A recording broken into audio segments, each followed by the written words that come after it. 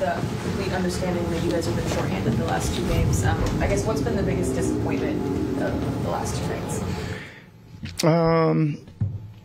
Just I think that I believe, like, even though you're missing whatever 5 guys, that those guys can collectively play together better than that, right? They can execute better. They can defend better than that. They can make those open shots. Like, they can, you know what I'm saying? They were finding, there was plenty of shots to step into and make in that game, and just, all of our guys that are 0 for 5, 1 for 8, 1 for 6, 1 for 8,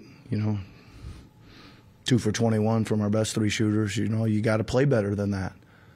When you're shorthanded, you got to play better than that. You got to shoot the ball better than that. You got to finish better than that. Obviously, it's tough without Joel just as an elite rim protector. But with the Jazz getting into the paint as much as they were and finishing at the basket, I guess as you move forward, I guess how do you stop, contain that without Joel, points in the paint, things like that? Yeah, well, we definitely, really good question, because we gave up a ton of layups and a ton of dunks. Right, it's part of some of the stuff I've been talking about pregame. We're going to have to figure out some better schemes just initially at the point of attack, right? With maybe it changes personnel wise on what we're doing out there, but we certainly gotta guard the ball better, guard the pick and roll better, challenge at the rim better. Even though you're undersized or you don't have great rim, whatever it is, right? You got to figure it out. Yep. The point from the paint issue tonight was more about the matchup problems that the Jazz could pose on a given possession, or was it more miscommunication, schematic stuff?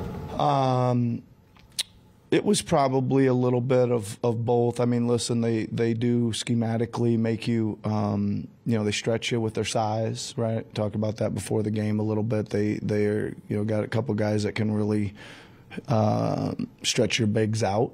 Right, and gotta get back to them, or you gotta rotate to them a little better. But again, it's probably a little bit of we didn't execute the schemes we were running well enough, or just like I said before, we gotta take a look at finding some other ones. Yeah. The Jazz had 17 more turnovers than you guys, but fast break points were pretty even. Why do you think they were able to take advantage of more transition opportunities? Yeah, first of all, they got a whole bunch of I thought long leak out buckets after we missed a lot of long threes. Right, like there was just not a good enough job of us getting back after we're taking a 3 and it doesn't go in. And again, I thought we lived a little bit in that. I thought we didn't. Once your 3-ball misses start piling up, you can't let that take your energy getting back in transition. And I thought we let that happen a few times. Yeah, we shot, got 104 shots to their 80. We turned them over 23 times. We didn't get enough out of it, right? We got 1 point. We got 24 turnovers and 24 points. That number's got to be closer to double that. So we didn't do a good enough job of scoring in transition either.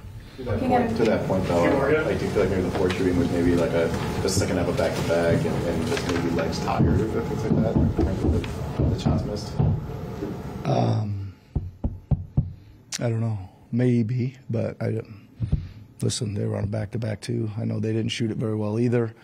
I don't think we had a lot of guys that didn't play a ton of minutes last night playing tonight, Looking at a few days off now, a couple days off and a travel day, aside from obviously getting everybody healthy, what do you most hope to accomplish in the next couple of days? We're going to get in there, and it'll be a physical practice on Monday. Thanks, guys. Yeah.